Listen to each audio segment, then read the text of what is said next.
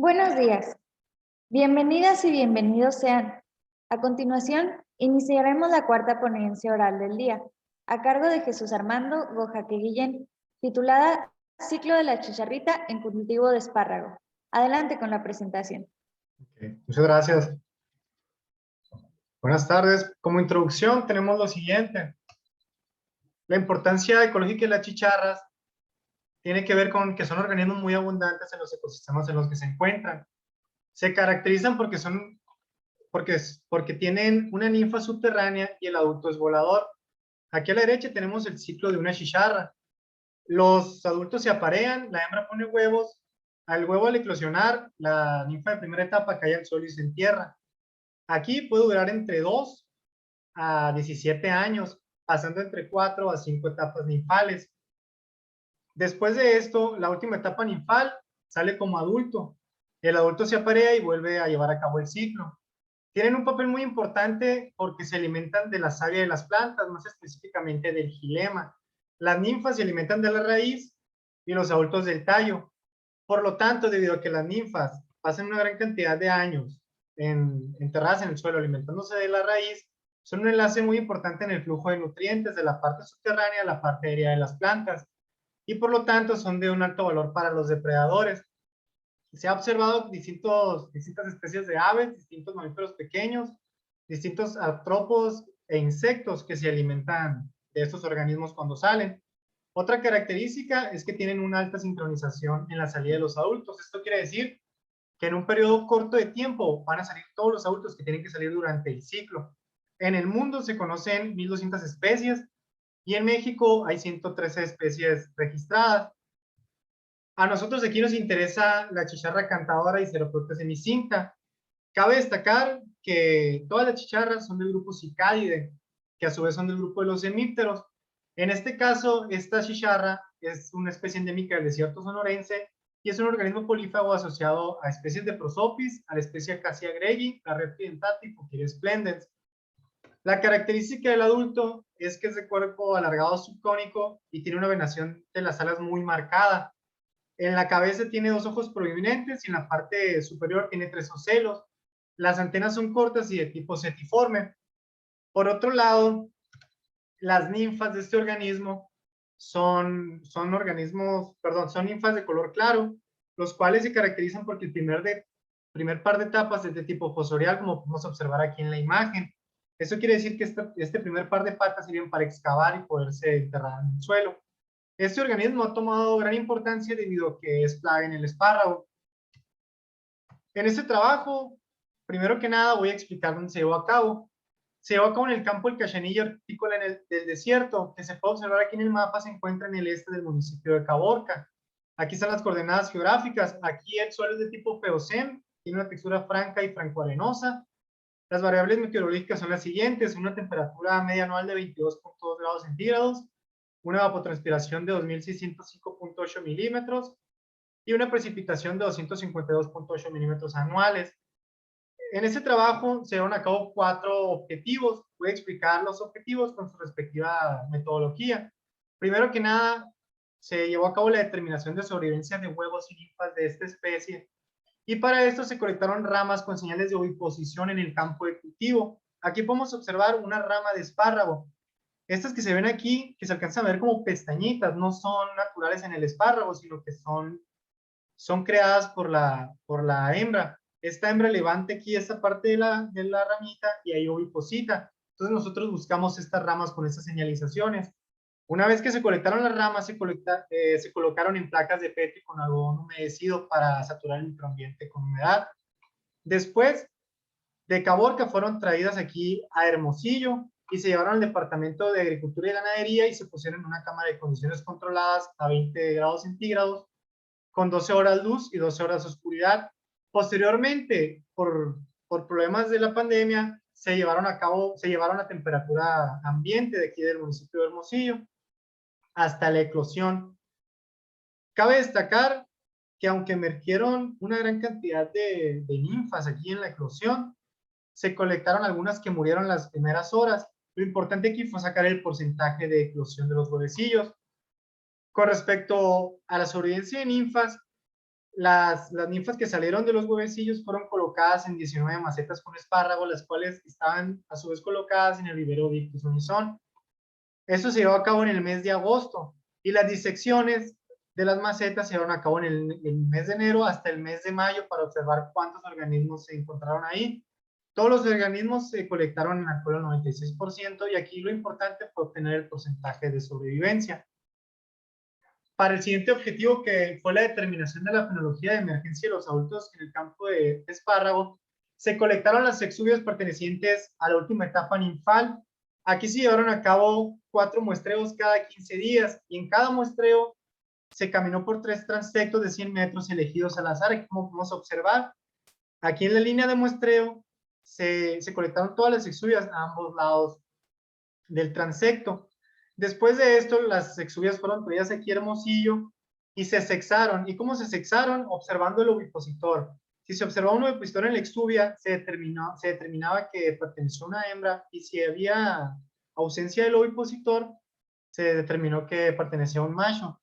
Aquí se llevó a cabo una prueba de Chi cuadrada para determinar la relación entre machos y hembras en el campo de cultivo, y además se trazó una gráfica de la fenología de emergencia. Después, para la determinación de la distribución vertical y la densidad poblacional de la especie en el suelo de cultivo de espárrago, se llevaron a cabo 3 muestreos. Aquí en cada muestreo se cavaron 3 pozos elegidos al azar de 1 metro por 1 metro de largo y ancho por 0.6 metros de profundidad. Los muestreos se llevaron a cabo cada 10 centímetros de profundidad, como se puede observar aquí en la imagen, y todos los organismos encontrados fueron colectados en alcohol al 96%. Ahorita voy a mencionar por qué. Cabe destacar que se hicieron pruebas de normalidad aquí para observar si había normalidad en cuanto a la distribución de los organismos, y al no ser normales se trató de transformar. Igual no fueron normales, se llevó a cabo una prueba de Kruskal-Wallis para observar si había una profundidad preferida por los organismos, y en caso de existir diferencias estadísticas se llevó a cabo una prueba de Mann-Whitney. Además, para la densidad poblacional, se dividió la cantidad de ninfas encontradas por metro cuadrado. Para el último objetivo, que fue la identificación de las etapas de crecimiento de este organismo, tanto en cultivo de espárrago como en condiciones de vivero, se midieron las cápsulas cefálicas de todos los organismos obtenidos en la sobrevivencia de ninfas y en los pozos de distribución vertical. Estas se midieron utilizando un estereoscopio Leica con cámara. ¿Qué es el ancho de la cápsula cefálica? Aquí podemos observar en la imagen. Es esta parte de aquí, que es una parte esclerotizada del organismo. Se crearon rangos de distribución y se aplicó la regla de Diar, que la regla de Diar determina que las partes esclerotizadas de los insectos crecen solamente entre etapas, siendo alrededor el crecimiento de 1.4 y 2 veces el tamaño de la etapa anterior. Y después con eso se llevó a cabo una regresión lineal basada en la regla de Diar para poder observar cuántas etapas ninfales tiene el organismo en el campo de cultivo. Como resultado de discusión tenemos lo siguiente. Cabe destacar que se colectaron 1.308 huevecillos, de los cuales 462 fueron los que eclosionaron. A partir del muestreo, a 28 días después, comenzó el periodo de eclosión, y el periodo de eclosión duró 28 días. Cabe destacar que, como se mencionó en la metodología, al principio, antes de los 9 días de eclosión, estaba en una cámara de condiciones controladas, los huevecillos. Después de esto fueron llevados a condiciones ambiente, y se puede observar que la eclosión se dio de manera irregular. Cabe destacar que hubo picos máximos de eclosión el día 9, el día 20 y el día 21, siendo días en los cuales eclosionaron más de 60 ninfas. A su vez, se encontraron días sin eclosión. En este caso fueron 4 días, el día 3, el día 8, el día 17 y el día 19. En total, el porcentaje de eclosión fue de 35.32% y un promedio de ninfas nacidas al día de 16.6 ninfas al día. ¿Y de qué depende el porcentaje de eclosión? Ya se ha determinado que el porcentaje de eclosión depende tanto de condiciones ambientales como de la dieta de la progenitora. Eso en el caso de la eclosión de los huevecillos. En cuanto a la sobrevivencia de ninfas, de las 462 ninfas que salieron de los huevecillos, solamente 293 sobrevivieron las primeras horas y fueron llevadas al vivero. Se colocaron en las 19 macetas que se mencionó anteriormente, y al final, después de 280 días, de las 293, solamente 3 ninfas fueron encontradas, lo que se traduce en un porcentaje de eclosión, un porcentaje de sobrevivencia del 1%, o sea que hay una mortalidad del 99% de las ninfas. Esto ya se ha encontrado antes en distintos trabajos con organismos de la familia Cicadidae. Cabe destacar que se observó que cuando se ponían las ninfas en las macetas, estas eran depredadas por hormigas. Obviamente se trataba de que fueran depredadas por la menor cantidad de hormigas, pero eso también ya se observó en condiciones naturales por Ito y Nagamine en 1981. Ellos observaron que cuando eclosionaban los huevecillos y salían las ninfas de primera etapa, inmediatamente eran depredadas tanto por hormigas como por arañas. También se ha determinado que otro factor posible de mortalidad es la incapacidad de construir celdas de alimentación por parte de las ninfas. ¿Y qué es una celda de alimentación? Una celda de alimentación viene siendo esas estructuras que podemos observar aquí en las imágenes, las cuales son las estructuras, o así como, así por decirlo, unos pozos en los cuales viven las ninfas y se alimentan de las raíces.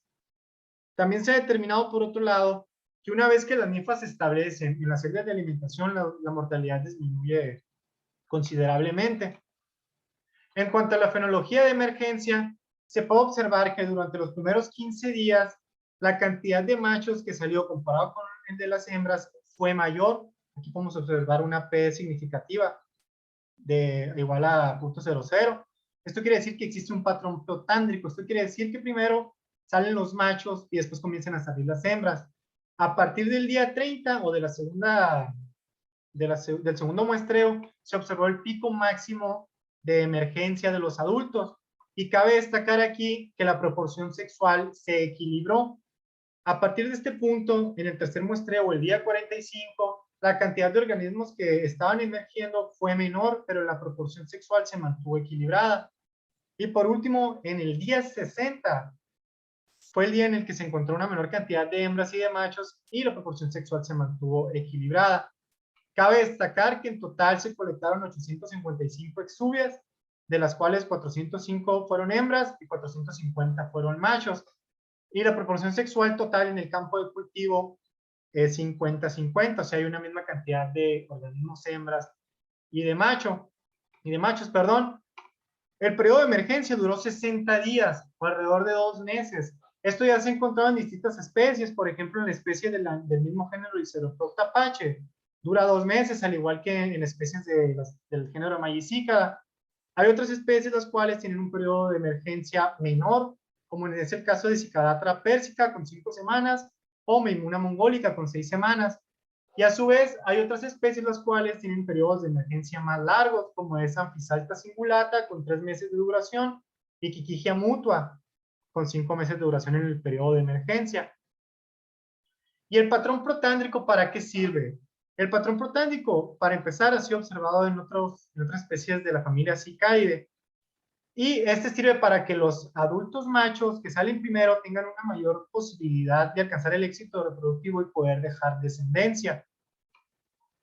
Por otro lado, en cuanto a la distribución vertical y la densidad poblacional de los organismos, se cavaron 9 pozos en los cuales se encontraron 28 ninfas, lo que se traduce en una densidad poblacional de 3.11 ninfas, que si recordamos en la introducción se mencionó que la densidad poblacional de estos organismos en los lugares en los que se encuentran es muy elevada, pero este número si lo comparamos con otras especies de cícadas o de chicharras es muy pequeño. ¿Y de qué depende la densidad poblacional? Bueno, la densidad poblacional se ha determinado que depende de 2 factores, del hospedero o de perturbaciones en el hábitat. Por otro lado, se encontraron ninfas distribuidas de los 21 a los 50 centímetros de profundidad, siendo de los 31 a los 40 centímetros donde se encontraron las más abundantes. Cabe destacar que esta es la profundidad en la cual se encuentra la mayor cantidad de raíces de espárrago. También de los 0 a los 26, a los 20 centímetros de profundidad no se encontró ninguna ninfa, al igual que arriba de los 50 centímetros. Perdón, abajo de los 50 centímetros, en este caso los 51 adelante. Como se mencionó, esto depende del hospedero. En este caso, para el espárrago, la mayoría se encuentra entre los 31 a los 40 centímetros. y siendo los 21 los 50 donde las podemos encontrar. La especie Plautipera camperi se distribuye entre los 10 y los 30 centímetros. El níspero Maicica sempendecim se encuentra mayormente entre los 7.6 y los 22.5 centímetros, esto en huerto de manzana. La especie Miomuna mongolica se distribuye entre los 21 y 30 centímetros de profundidad entre esos pederos distintos. Y Cicaeta calliope se encuentra entre los 30 y 50 centímetros de profundidad en vegetación natural en Estados Unidos. Entonces podemos observar que aquí esto puede ser dependiente del hospedero. Por otro lado, en cuanto a las etapas de crecimiento, se midió la cápsula cefálica de 83 ninfas, de las cuales 52 fueron obtenidas de la eclosión de los huevecillos, 28 fueron obtenidas del campo de espárrago y 3 fueron las encontradas en el vivero. Aquí se crearon los rangos de distribución como podemos observar y se aplicó la regla de Diar. En este caso, la constante de Diar viene siendo una etapa entre la etapa anterior, la media de la etapa entre la etapa anterior. En este caso podemos observar una constante de Diar de 4.61. Esto quiere decir que la etapa encontrada aquí es 4.6 veces mayor a la etapa 1. Por lo tanto, se puede observar que se rompe el patrón geométrico, porque de la etapa 3 a la 4 solamente se creció 2.08 y de la etapa 4 a la 5 el crecimiento fue de 2.36. Por lo tanto, podemos determinar que hay una segunda etapa la cual se pasó por alto, aunque nosotros encontramos solamente 4. ¿Y cuál pudo ser el factor por el cual se pasó por alto esta etapa? Esto puede ser debido al tamaño diminuto de las ninfas de segunda etapa.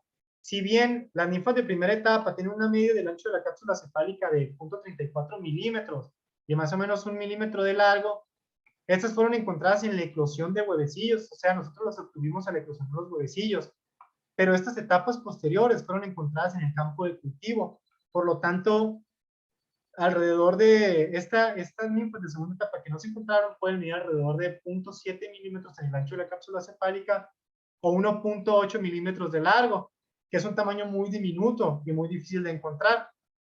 Y si nosotros aplicamos una regresión lineal utilizando el logaritmo natural de la media del ancho de la cápsula cefálica, tomando en cuenta que la segunda etapa se pasó por alto, podemos encontrar que el valor es muy significativo en la recta.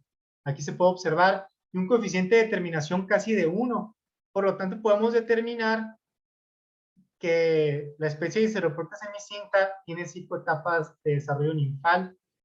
Y esto ya se ha demostrado en otras especies de la familia Cicadidae, que se integran mayormente por especies con 5 etapas ninfales, aunque en algunas ecuaciones se han encontrado 4. Y para corroborar esto, la especie Ceroprocta apache, que es del mismo género, tiene 5 etapas ninfales y los rangos de distribución son muy parecidos.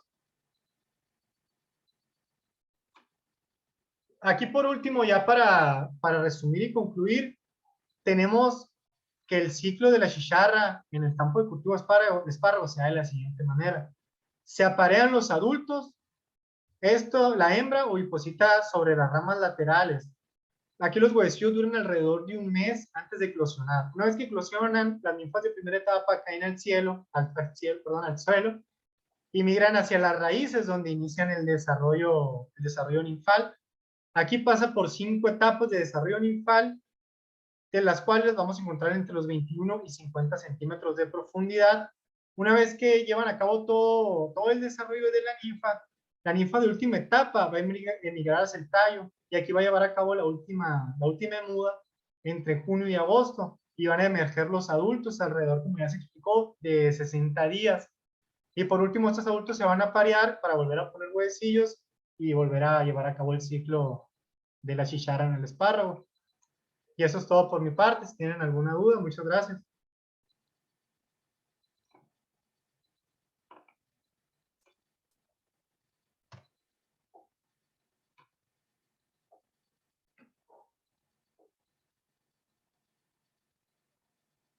Tenemos tiempo para 3 preguntas.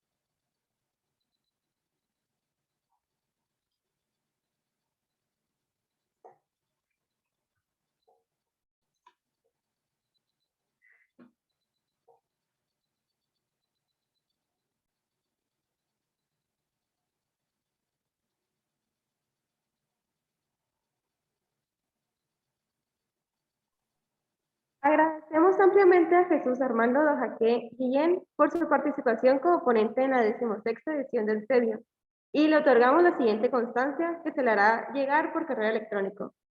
Finalmente, agradecemos a todos los asistentes por su amable atención. A continuación tendremos un receso de 10 minutos. Nos vemos a las 12:20 para la siguiente conferencia. No va a haber preguntas entonces.